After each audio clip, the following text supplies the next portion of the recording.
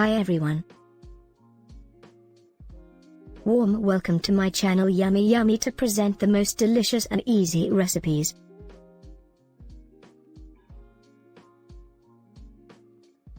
We are here to enjoy cooking.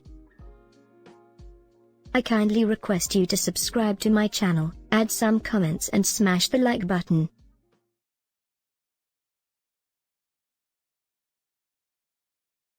In just 30 minutes, you can have a complete restaurant-quality chicken katsu dinner awaiting your consumption, and I'm going to show you how.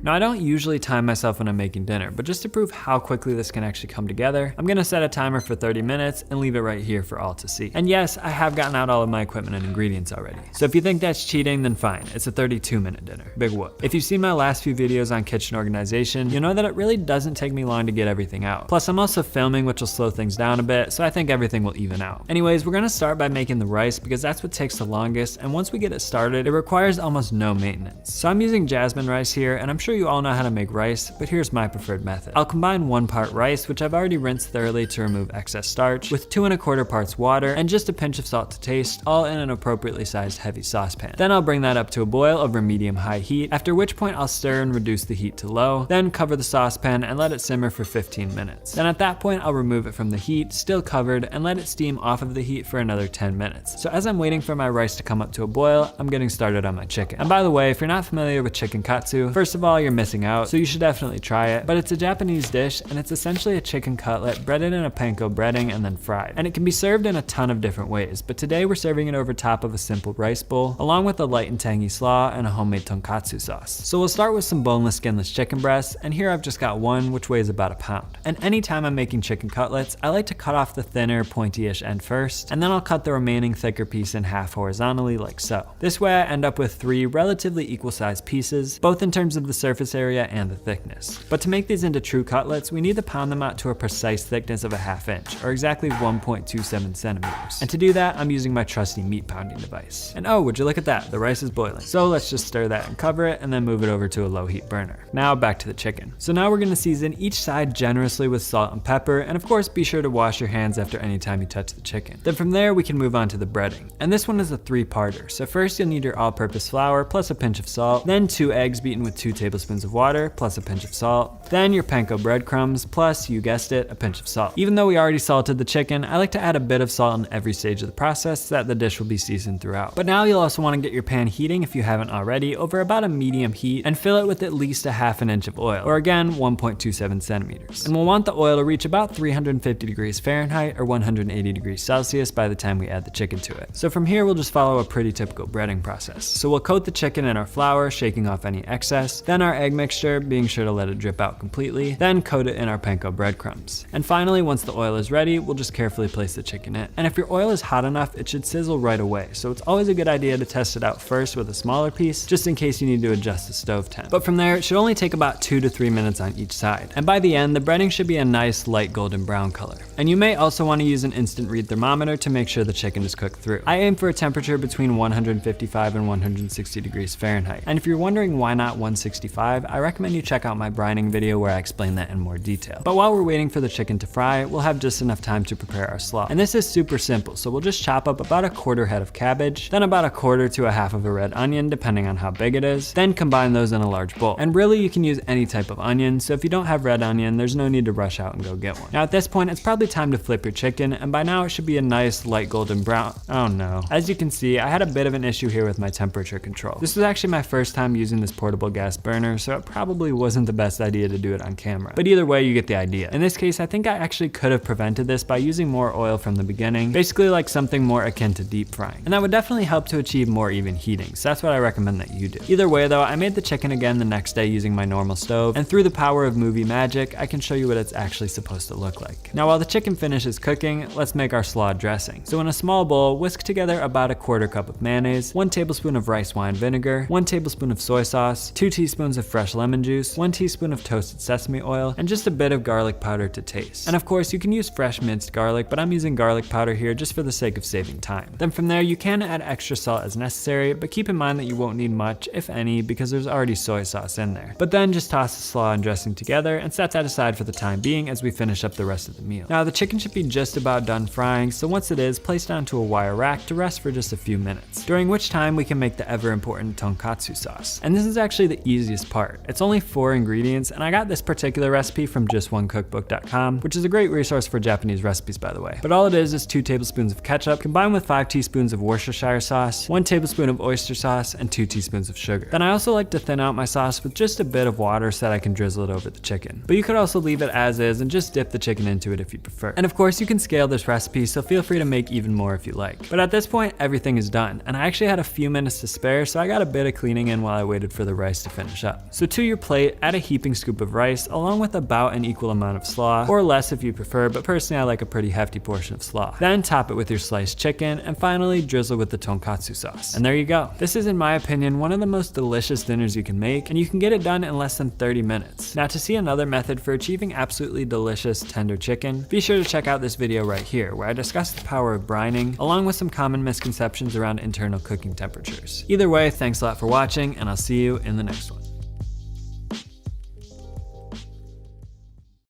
Thanks for watching.